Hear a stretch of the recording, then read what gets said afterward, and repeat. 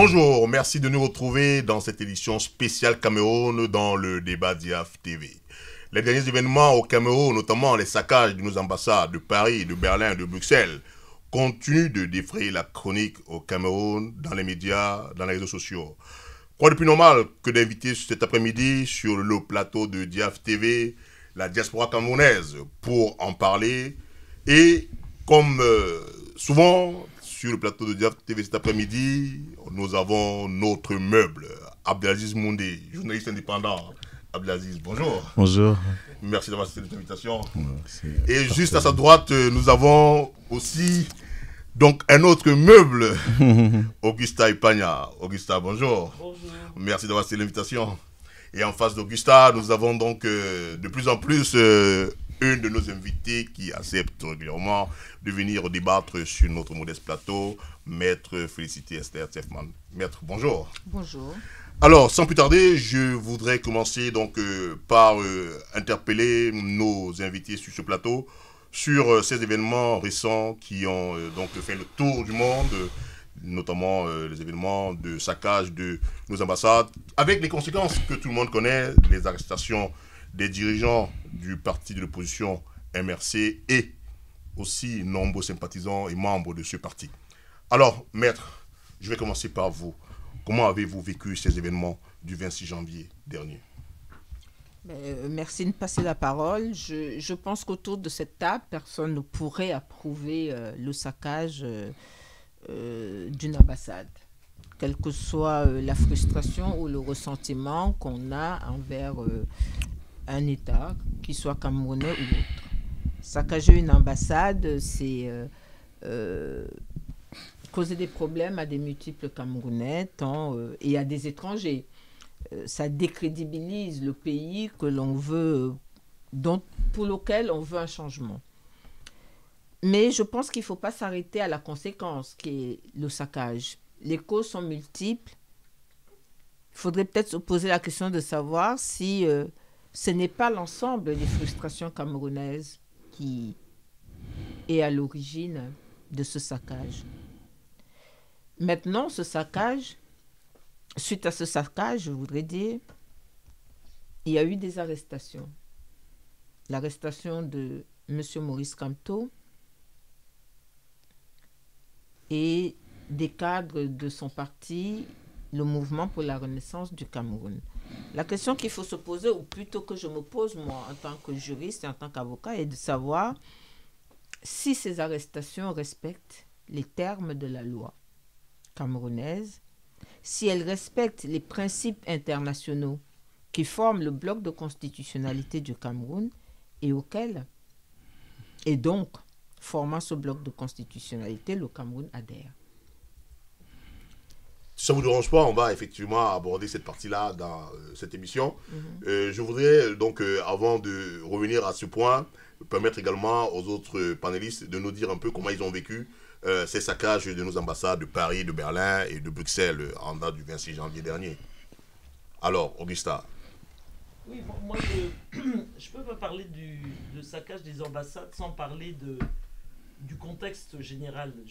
Pour moi, c'est totalement indissociable.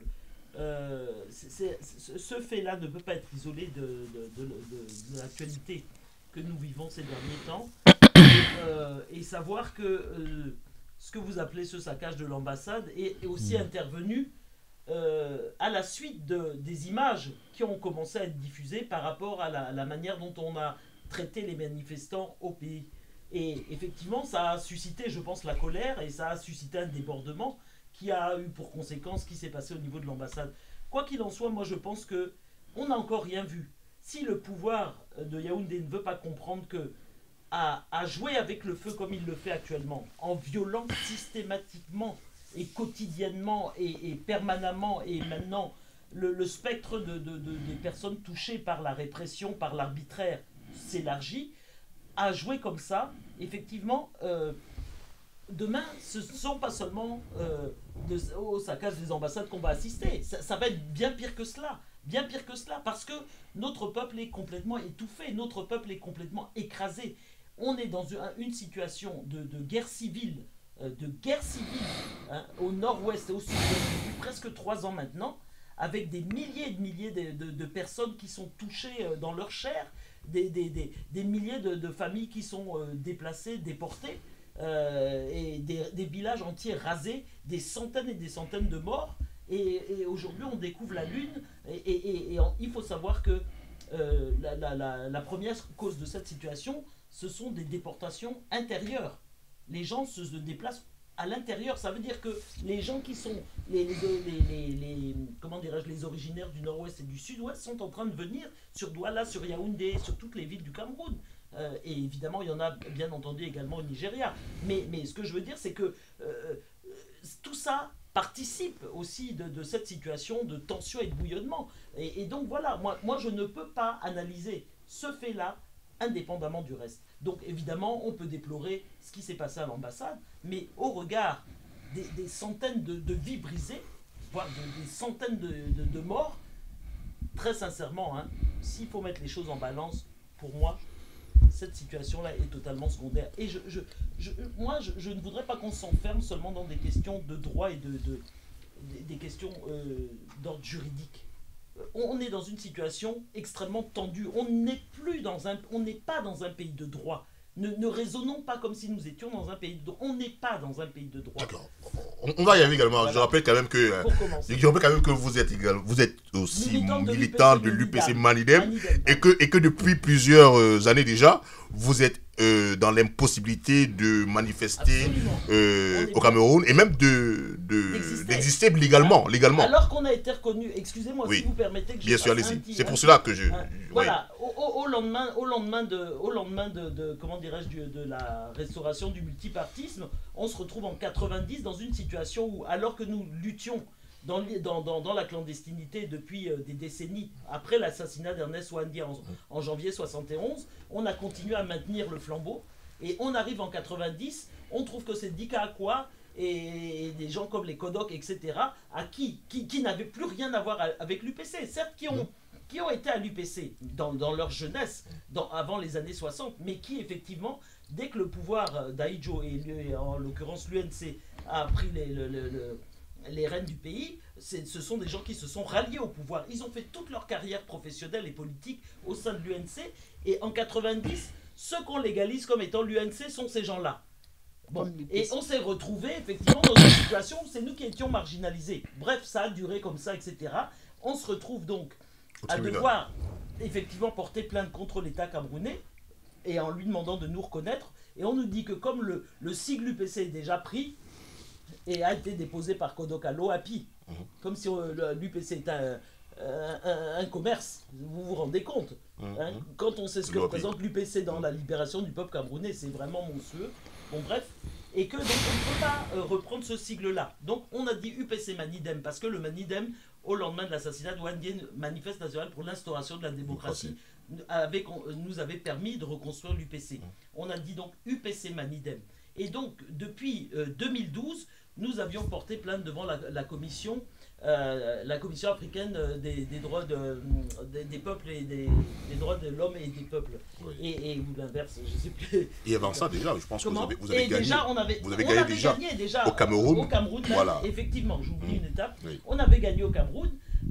Évidemment, le Cameroun n'a pas appliqué Non, c'est plutôt le ministre à l'époque, André Tchongi, qui était ministre de l'AT, qui n'a pas respecté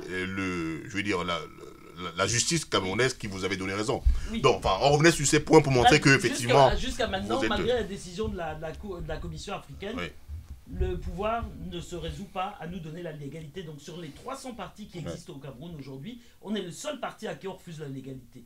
Et je pense qu'on est une voie tout à fait, non seulement autorisée, mais une voie raisonnable, une voie avec du contenu sur toutes les questions sociales et politiques, et qui pourrait vraiment faire le plus grand bien dans le contexte actuel. Éclairage tout à fait bienvenu, parce qu'on va aborder ces questions de la vie des partis politiques au Cameroun. Alors, Abdelaziz Mondé, ces événements de saccage de nos ambassades, comment est-ce que vous, donc, qui êtes ici en France, à Paris, avez vécu ces événements-là? Alors, quand tout à l'heure, Maître Zefman et puis Augustin Epagnan ont évoqué des questions sur lesquelles je reviendrai, pas parce qu'elles ont posé tout au moins le cadre citoyen ou politique ou juridique de la question. En juillet 2005, je crois, il y a eu un décret au Cameroun qui instituait au sein de la délégation générale à la sécurité nationale ce qu'on appelle la police des polices. En juillet 2005, c'était un décret du président Biya, qui considérait que ce que André Tchungi avait mis, les prémices, parce que André Tchungi avait commencé la police des polices, c'était une expérimentation qui avait fait long feu. Et dans le cadre de l'organisation de la délégation générale à la sécurité nationale, il avait été indiqué qu'un texte complémentaire, texte spécifique, organiserait la police des polices.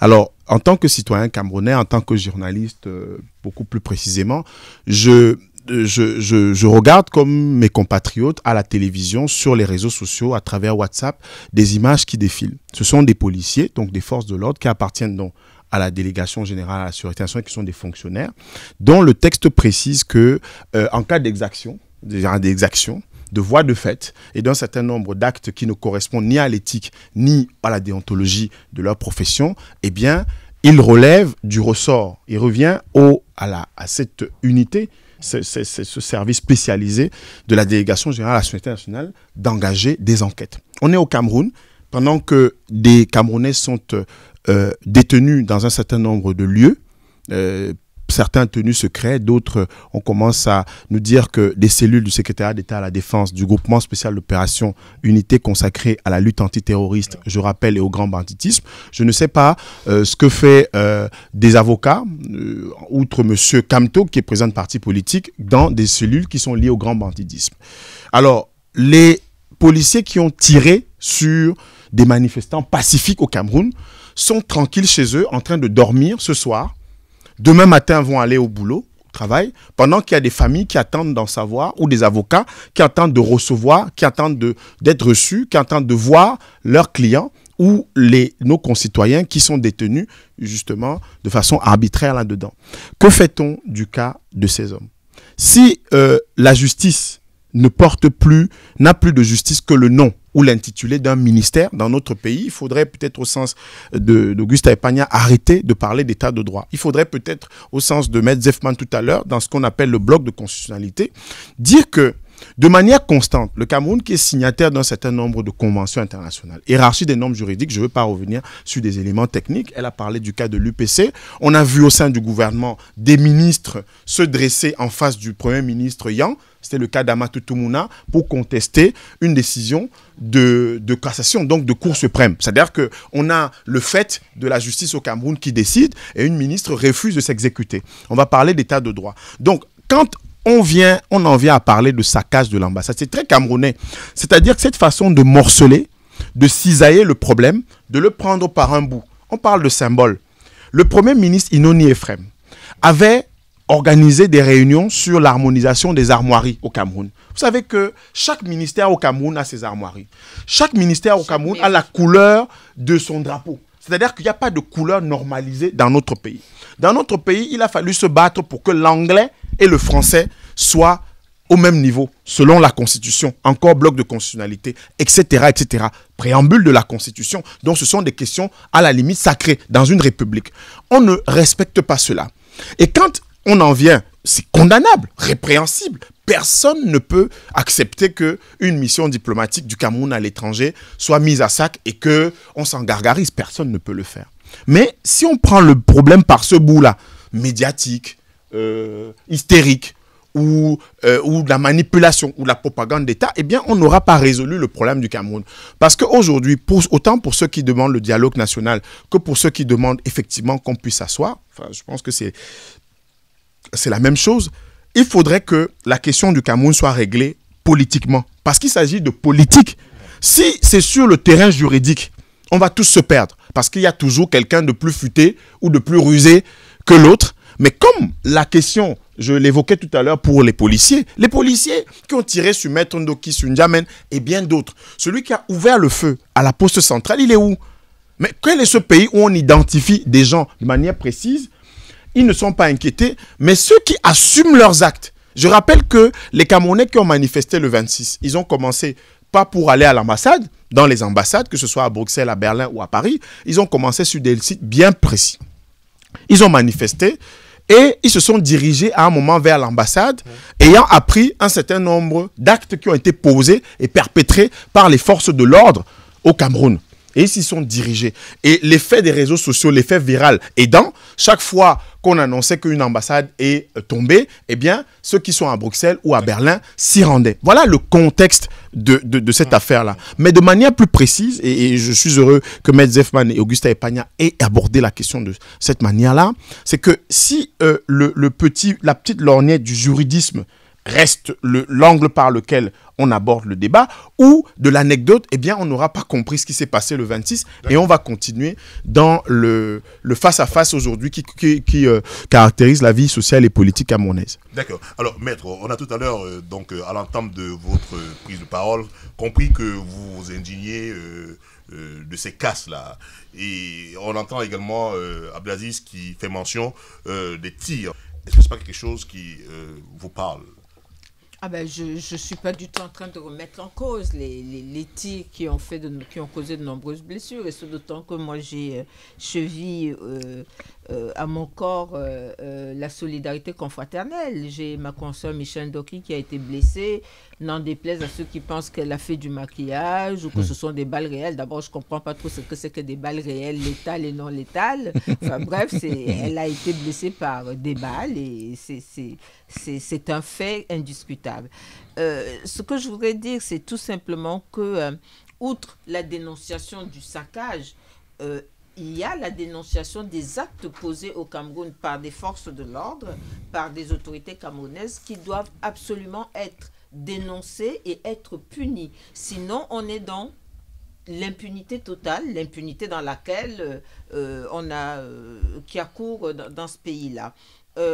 Mais, comme disait si bien Augusta, nous devons faire le constat et nous devons faire l'évaluation des frustrations camerounaises qui aboutissent à ce genre d'actes. Je ne pense pas que, quel que soit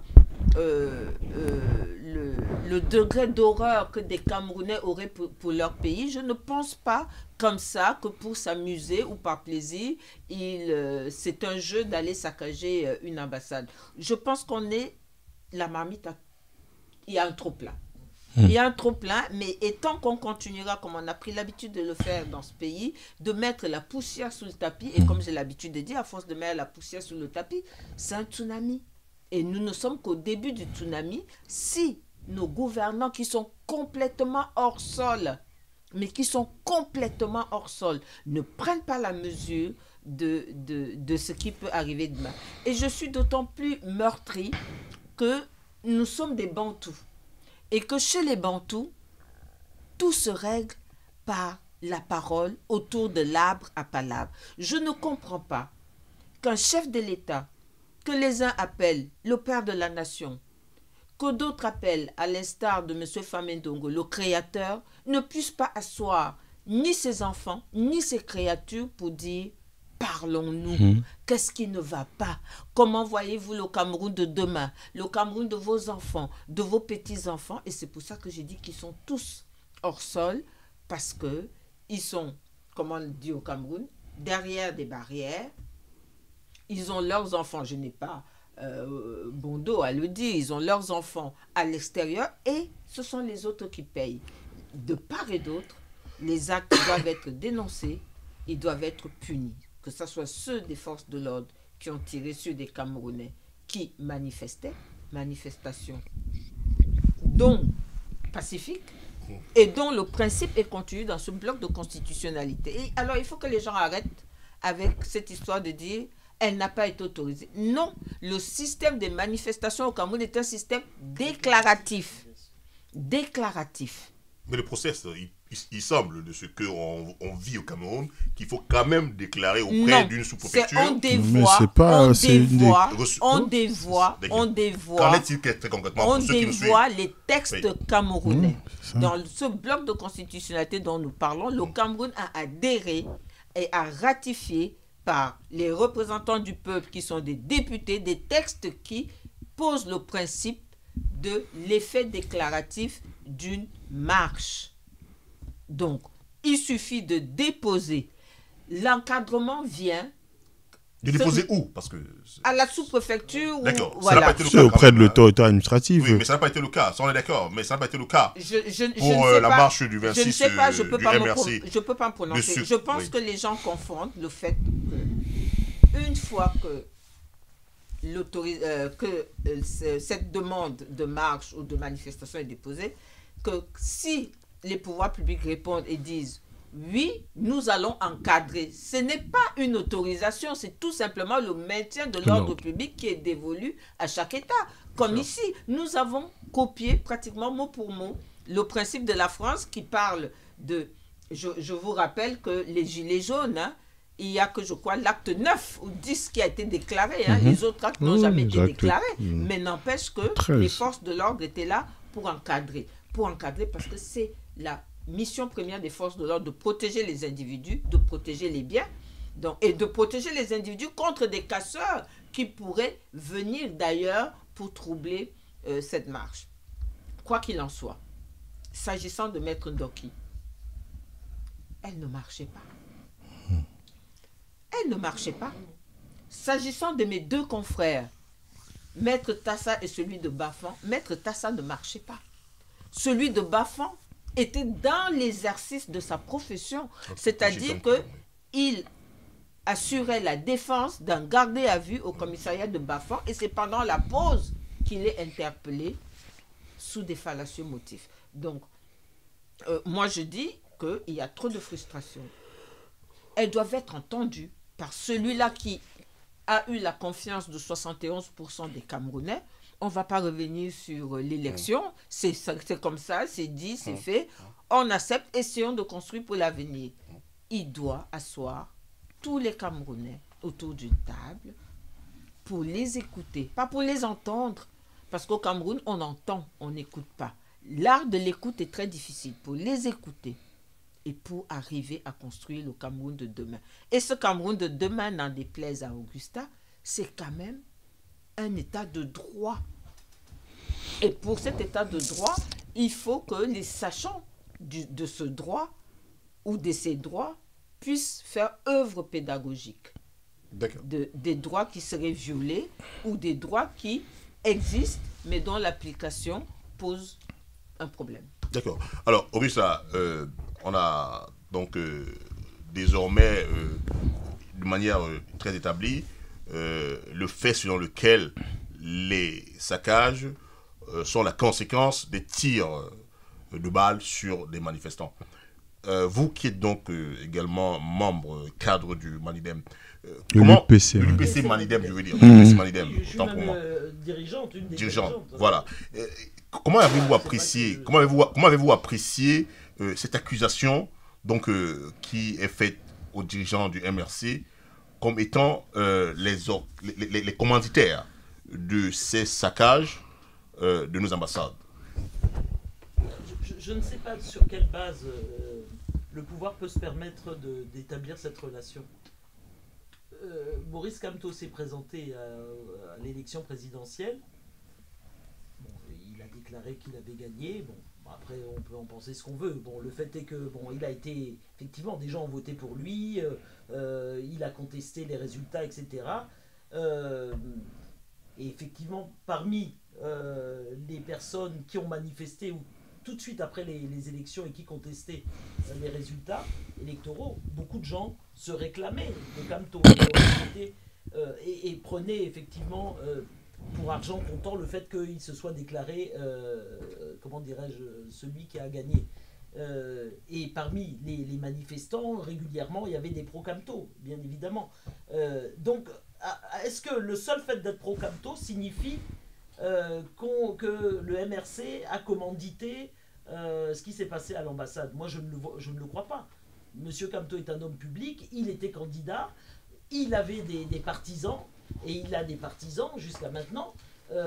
Et évidemment, libre à eux de se réclamer de Monsieur Kamto, mais ça ne fait pas pour autant, ça n'établit pas pour autant le lien qu'il y a entre le MRC et ceux qui ont saccagé l'ambassade. Je ne vois pas sur quelle base on peut établir ce lien-là. Vraiment, je ne le vois pas. Moi, ce que je voudrais dire, c'est que aujourd'hui, en fait, plus personne n'est à l'abri. Plus personne n'est à l'abri de cet arbitraire et de cette répression. les journalistes ont été touchés. Des journalistes qui ne participaient pas aux manifestations. Comme l'a dit ma soeur tout à l'heure, des avocats ont été touchés. Pareil, ils ne participaient pas à la manifestation. Valsero, artiste, qui ne participait pas à la manifestation, qui était avec sa petite fille de 6 ans. Il avait sa petite fille de 6 ans à la main et il a été pris, embarqué. On a laissé la petite toute seule. Et j'ai noté le nom du comment dirais-je, je ne le retrouve pas là, mais en tout cas, il y a un de ses amis qui a récupéré sa fille et qui lui aussi, et qui est allé, pensant que Valsero allait être libéré, qui est allé au commissariat à la rencontre du papa de la petite en disant mais bon, c'est pas possible, on va le libérer, on le garde une heure ou deux et on va le libérer. Lui-même a été pris. La gamine s'est retrouvée à nouveau seule. Mais vous imaginez quelle cruauté. Quelle cruauté. C'est pas possible. On est dans un système mais inhumain. Comment peut-on parler d'état de droit dans ces conditions? C'est pas possible. Et ça fait des années que ça dure. Je voulais, si vous le permettez, je vais essayer de lire mes notes. Oui, ça pourra permettre d'aller plus vite. Et je ne ferai pas de développement illimité. Je voulais faire un petit récapitulatif depuis que Biya est arrivé. Je ne parle pas d'avant. Je ne parle pas de la répression sous Ahidjo. En 84, soit 2 ans après son arrivée, il y a la tentative de putsch. Des milliers de nordistes ont payé, ont été assassinés. Ont été simplement parce que, comme on dit chez nous, ils étaient nordistes. Ils étaient originaires du Nord. On les traquait partout dans les quartiers. À Yaoundé, à Douala, partout, ils étaient dans toutes les régions, on les traquait. Le seul fait de savoir que vous étiez nordiste était suffisant pour que vous vous preniez une balle dans la tête ou dans le corps. Il y a eu des milliers de personnes qui ont été assassinées à cette occasion. En 85, il y a eu plusieurs dizaines de militants qui ont été arrêtés parce qu'à nouveau, il y avait des remous, il y avait etc. Donc quand les gens disent d'ailleurs, ça me fait dire que quand les gens disent qu'il ne se passe rien dans notre pays, les gens ne luttent pas, les gens ne résistent pas, c'est totalement faux. En 85, on a eu d'ailleurs parmi nos militants plusieurs dizaines de militants qui ont été arbitrairement arrêtés et qui ont croupi en prison pendant au moins 1 année. Je peux citer Joki Alexandre, je peux citer Ndema Alexis, je peux citer etc. Bon bref, on a eu plusieurs dizaines. Ils ont croupi en prison. Je ne sais pas de quoi on les accusait. Ils n'avaient rien fait. Rien. Il y avait un bouillonnement dans le pays, et il y avait de la contestation sociale, etc. Et ils ont été arrêtés parce qu'on savait, ils étaient repérés. Dans la même période et très peu de temps après, Maître Yondo a été arrêté. Henriette Ekwe a été arrêté. Ekane Adissé a été arrêté. C'était la même période. Après, il y a eu, dans les années 90, il y avait la volonté de conférence nationale, etc. Et la marche pour le multipartisme. Et là encore, on a arrêté des centaines de personnes. Il y a eu des morts, je ne sais combien de morts. Bref, les villes mortes ont duré plusieurs mois, pratiquement 6 mois, les villes mortes ont duré. Là également, il y a eu énormément de personnes arrêtées, énormément de gens qui ont été assassinés, etc. Toujours l'arbitraire. Bref, en 92, Frundi gagne les élections. Biya inverse les résultats. Là encore, manifestation, arrestation, assassinat. Après, le commandement opérationnel en 2000.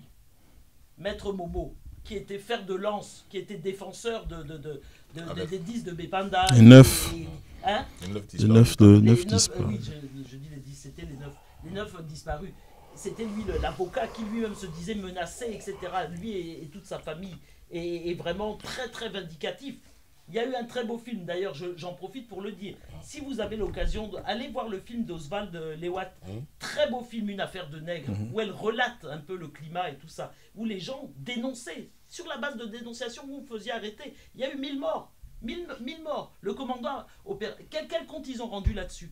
Des jeunes enfants, 12, 13, 14, 15 ans, qui ont été tués comme des chiens. Hein? Alors, vous me parlez d'une ambassade qu'on a ségagée. C'est quoi au regard de ces vies humaines sur lesquelles aucun compte n'a été rendu, aucun jugement. Bref, on peut arriver donc après 2008. Hein, 2008.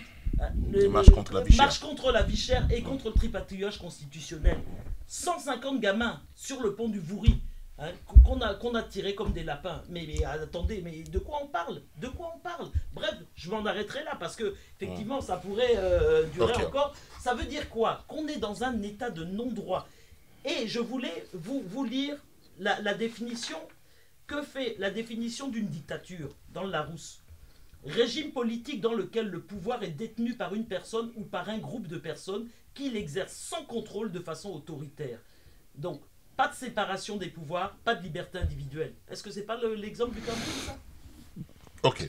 Voilà. D'accord. Alors, Abdelaziz, est-ce que ce sont toutes ces choses-là qui révoltent ces jeunes qu'on a vus prendre d'assaut nos ambassades? Quel est votre sentiment là-dessus? Et après, j'aimerais quand même avoir votre avis sur ces chefs d'inculpation qui sont aujourd'hui à la charge de Maurice Kamto comme étant le commanditaire de tous ces saccages qui ont eu cours dans nos ambassades de Berlin, Paris et Bruxelles. Alors, on dit qu'il faut fuir la pluie quand les nuages s'assombrissent. Elle a fait une litanie de faits qui ne sont pas des suppositions, ce ne sont pas des allégations sans fondement, c'est l'histoire de la conquête des libertés et c'est l'histoire politique de notre pays. Les plateaux sont nombreux. La parole camerounaise est diffuse.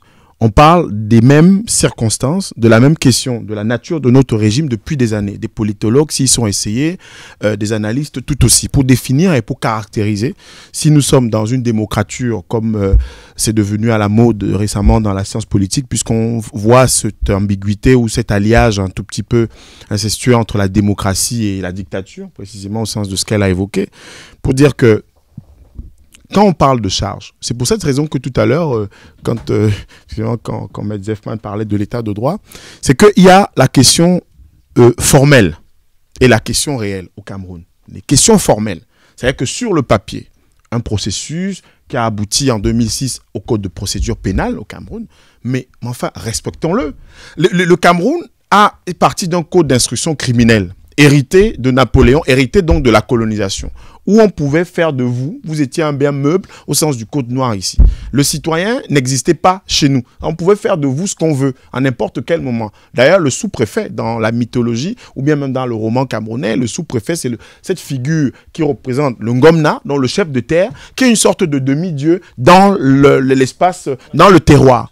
Dans le terroir. Et on vient, encore une fois de plus, d'avoir cette illustration de la toute-puissance du sous-préfet qui, pour des raisons qui lui sont propres, discrétionnaires, parce que c'est une expression qui est consacrée au Cameroun, décide que votre manifestation comporte des éléments d'atteinte à l'ordre public.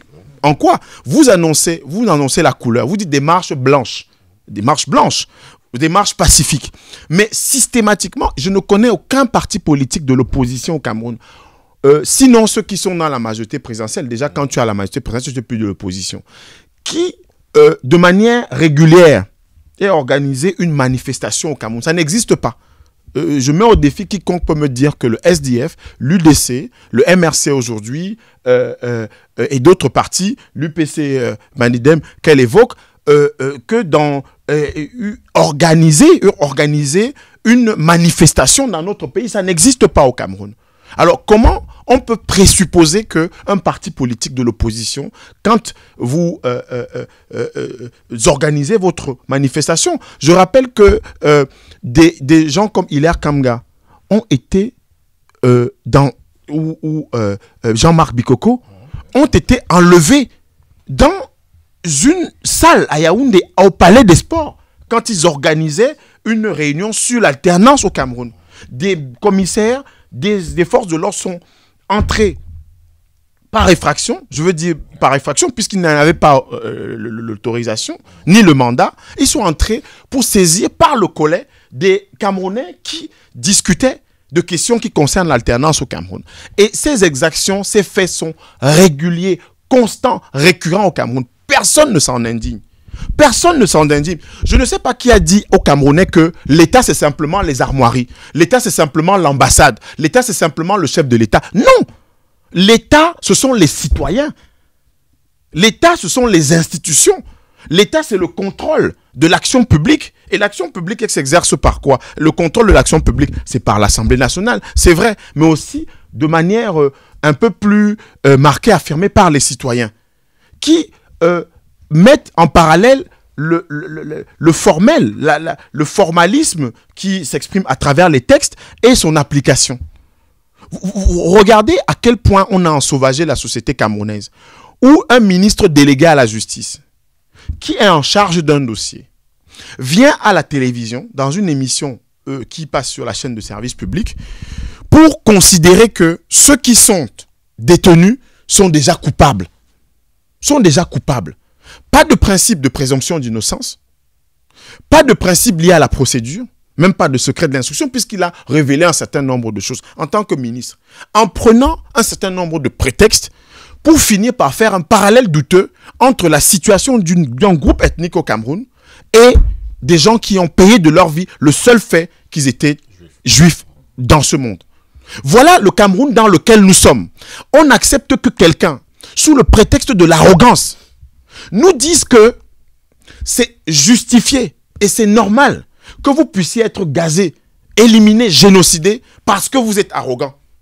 Et quelques jours après, ou quelques heures après, le ministre de la Communication vient répondre à l'État d'Israël, menaçant.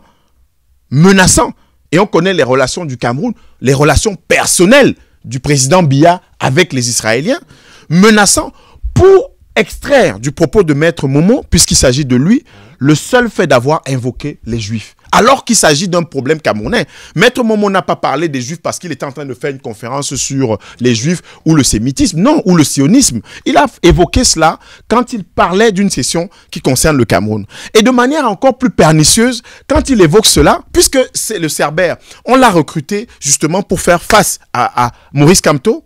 Ceux qui sont emprisonnés aujourd'hui, Valsero, Serval Abbé. Serval Abbé, c'est un garçon de Yaoundé. C'était un garçon bêtis, de l'air bêtis. Ce sont des nkolos, ces gens-là. Maître Ndoki n'a rien à voir immédiatement avec ce qu'on appelle les Bamileke. Même si... mais pourquoi elle se cache? Attendez, si quelqu'un se cache, c'est la même chose. Mais elle n'a pas à se cacher. Dans cette affaire, Maître Ndoki est victime. Elle est victime. On ne tire pas sur un citoyen sans raison. C'est ce qu'on doit dire au Cameroun. Le reste de débats qui nous opposent, évidemment, ou qui nous réunissent, c'est lié effectivement à la convivialité, au fait qu'on doit dialoguer. On ne tire pas sur un citoyen. Quelle que soit la raison, on ne tire pas sur un citoyen désarmé. Quelle est la dangerosité de Célestin Djamène? Quelle est la dangerosité de Ndoki? Et comment on vient interpeller des gens sur le seul fait de l'appartenance au MRC? Ça s'appelle comment? Ça ne vous rappelle pas des heures tristes de l'histoire? Ça ne vous rappelle pas des heures tristes où par le seul fait que vous portiez une croix jaune dans ce monde, ou par le seul fait que vous ayez la couleur de peau que nous avons, on vous saisissait et vous disparaissiez, ça ne vous rappelle rien. Donc, si les Camerounais sont en train de s'amuser dans la badinerie habituelle, dans le divertissement de l'opinion, où on nous parle simplement des symboles de l'État ou du président Biya qui est piétiné à la Maison Blanche, à Paris, combien de fois on caricature Thatcher, Mitterrand? Vous allez dans des farces à trappe, des boutiques de farces à trappe à Paris, vous voyez Macron qu'on a défiguré, les gens prennent des figurines de Macron, les portent pendant les manifestations. C'est le président de la République française. Et on voit, pour terminer, les gilets jaunes. Il y a des exactions, des casses, mais on est à l'acte 13. Samedi, c'était l'acte 13 des gilets jaunes. Le gouvernement français aurait pu décider de manière autoritaire que gilets jaunes, on est en train de mener le grand débat parce qu'on donne un cadre aux colères. On ne veut plus entendre parler, c'est terminé. Si c'était au Cameroun, on aurait eu ça. Mais ce qu'on dit est suffisamment grave. Parce que le péril de la société camerounaise est en train de venir. On n'a pas prévu ce qui est en train d'arriver. Et ces jeunes qui sont aujourd'hui des stars de réseaux sociaux, si on avait écouté la parole des justes au Cameroun, si on avait écouté la parole des Camerounais qui préviennent cette situation, on n'en serait pas là aujourd'hui à faire des parallèles douteux entre Maurice Kamto et des gens qui ont saccagé l'ambassade pour des raisons qui leur sont propres, et on serait en train de projeter un Cameroun qui va vers l'après-Biya. Parce que ce que nous allons vivre est encore pire que ce que nous avons vécu avec l'ambassade, parce qu'on aurait pu brûler l'ambassade du Cameroun à Paris. On aurait pu retrouver cette ambassade en feu. Et qui sait si ce n'est pas en préparation? Parce que précisément les frustrations continuent au Cameroun et l'arrogance d'État est encore plus abjecte qu'on ne le penserait. Quand on voit des ministres qui se foutent complètement de ce que pensent les Camerounais, qui vous disent le matin que des journalistes, je parle de ministre Sadi, qui vous disent que les journalistes du jour, qui sont allés couvrir l'enlèvement d'un dirigeant politique, de dirigeants politiques à Douala, qui s'étaient en train de manifester et que dans l'après-midi, on les libère, la parole ministérielle, la parole publique est démonétisée. D'accord.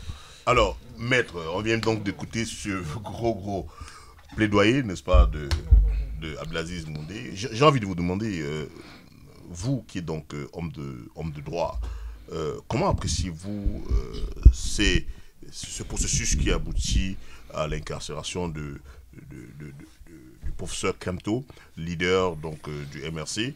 Le processus est celui au cours duquel on a fait de lui le commanditaire des actions et des saccages de nos ambassades. Et surtout, on parle aujourd'hui dans l'opinion camerounaise d'un homme qui est en train de mettre en place une insurrection dans notre pays. Comment est-ce que vous appréciez ces faits-là? Je voudrais d'abord dire que j'aime pas trop les raccourcis, surtout quand il se veut l'intellectuel. Et je voudrais repartir du bel exemple que Augustin nous a donné. En 85, je crois, quand à la suite du coup d'État, il y avait cette vaste arrestation des nordistes. Oui. Ils étaient tout simplement arrêtés parce que nordistes, donc assimilés au premier président camerounais, Amadou Ahidjo. Et je crois que nous sommes à peu près dans le même cheminement, la même réflexion, la même logique. Parce que des individus à Paris qui ont des origines bamileke, qui se réclament du MRC sans que quelqu'un ait pu chercher. Parce que pour se réclamer du MRC, il faut avoir une carte, il faut militer, sans que des raisons objectives aient pu amener à cette conclusion. Mais moi, justement, sans vous couper, je veux quand même préciser que j'ai reçu il y a 2 jours le jeune qui est le leader de la base. Il est Fulbé. Et il m'a dit qu'il n'est pas bamileke du tout. Il m'a dit qu'il n'est même pas du MRC. C'était juste mais justement, les raccourcis ont cette qualité de ne pas aller très loin dans l'analyse. Voilà, on prend deux, trois personnes que l'on semble reconnaître qui seraient bamileke. On dit toutes ces personnes sont donc du MRC. Donc, il faut qu'on arrête avec les raccourcis. Et ce, d'autant que le droit pénal n'aime pas les raccourcis. En droit pénal, on n'induit pas. On déduit parce qu'il y a le fait, il y a l'analyse du fait. Pour qu'il y ait une infraction, c'est ce qu'on enseigne aux 2e année en droit, il faut qu'il y ait un élément légal, un élément matériel et un élément intentionnel. À ce jour, j'entends parler d'infractions qui seraient reprochées au professeur Kemto et à toutes les personnes, mais rien ne leur est encore reproché. Puisque à l'heure actuelle, ils sont l'objet d'une détention administrative qui viole la Constitution. Parce que la loi de 90 qui parle de détention administrative n'en parle que dans le cadre de la lutte contre le grand banditisme. Elle est venue à la suite de l'abolition de lois d'exception. Elle est venue à la suite de l'abolition des lois d'exception. Donc, alors on vous dit, ils sont en détention administrative, donc le délai est de 15 jours qui peut être prorogé. Prorogé par qui? Par une autorité administrative, pas par un procureur général. Voilà donc des gens. Et que la deuxième phase serait donc la phase judiciaire. Et c'est à ce moment-là qu'on leur dirait les charges qui sont retenues contre eux, qu'on leur lirait leurs droits, tel que le dit le Code de procédure pénale, à partir de son article 118 jusqu'à son article 125, qui définit le cadre de la garde à vue. D'accord?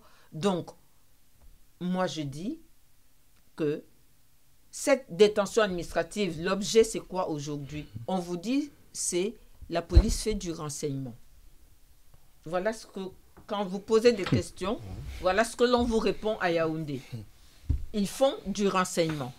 A-t-on besoin de faire du renseignement après coup, alors qu'il circule sur les réseaux sociaux, avant le 26, une vidéo dans laquelle les casseurs de l'ambassade disent expressément que si le 26 janvier, il y a des exactions contre les marcheurs, l'ambassade sera mise à sac. Comment faire? Alors, j'ai lu, je crois que c'est sur ta page Facebook, qu'ils auraient des conversations WhatsApp. Exactement. Qu'on s'arrête de se moquer de nous. Les renseignements généraux de de la part de cette opinion camerounaise. Non, mais les renseignements généraux auraient de la Grande-Bretagne ont demandé à WhatsApp, dans le cadre d'un dossier, le déchiffrage. WhatsApp leur a dit niet. Et aujourd'hui, on sait, avec le réseau Telegram qui est utilisé par les terroristes, que c'est l'un des réseaux les plus fiables, indéchiffrables. Donc, moi, je crois que personnellement, on n'a rien, mais rien à reprocher au professeur Kamto, à part un supposé lien ethnique. Ouais, c'est ça. On n'a rien juridiquement à lui reprocher. On ne plaide pas par procureur. Je ne peux pas être responsable des actes commis par ma soeur Augusta, voilà. Même si je me réclame d'elle. Bien sûr. Ça voudrait donc dire, si je tirais sur la pelote de laine de l'idiotie, que les terroristes qui se réclament d'Allah, Allah est donc le commanditaire de leurs actes. Oui. Ouais. Oui. Même si... idiotie pour idiotie, allons jusqu'au bout. Voilà. Puisque toutes les fois qu'ils commettent un acte, c'est Allah Akbar. Donc, Allah est le commanditaire de leurs actes. Non, mais est-ce qu'on a une preuve écrite? Est-ce qu'on a un message enregistré de la voix reconnue, attestée comme telle, du professeur Kamto, demandant à X ou à Y de commettre tel acte? On aime ou on n'aime pas le professeur Kamto. Moi, je n'ai pas de droit de vote au Cameroun. Je ne vote pas. Mais je crois savoir que le professeur Kamto est un éminent juriste. Certains diraient qu'il n'est pas bon politicien. Ça, c'est leur problème. C'est un éminent juriste. Je crois qu'il sait analyser des faits. Je crois qu'il sait mesurer. Je ne pense pas que ce confrère de mon barreau de Paris ait pu demander, il est quand même républicain, qu'on mette à sac une ambassade, et laquelle? Paris, qui est quand même, quand on veut être président d'un pays africain, c'est la première place là où on vient. Comment serais-tu regardé par ceux-là même avec qui tu viendrais prendre langue si tu demandes que l'on mette à sac l'ambassade du pays dont tu veux être le président? Ça, c'est la première chose. La deuxième chose, c'est que dans le code de procédure pénale définit de façon claire la garde à vue, les droits du gardé à vue, la manière avec laquelle ils doivent être traités. Il est dit qu'ils doivent être traités avec humanité dans le code de procédure pénale. Et définit les titres de détention de garde à vue. La garde à vue est faite sous le contrôle du procureur de la République et sous son autorisation. Vous voulez dire que ça n'a pas été le cas? Mais non. Non, c'est Mais pas non. le cas, parce que c'est la détention administrative. C'est la détention administrative. Ah oui, Et le procureur n'est pas au ils courant n'ont du pas tout. accès à leurs avocats. Oui. Leurs droits ne sont pas respectés. Monsieur Ekoka est malade. Il n'a pas droit à ses médicaments. N'Djamel n'est pas soigné.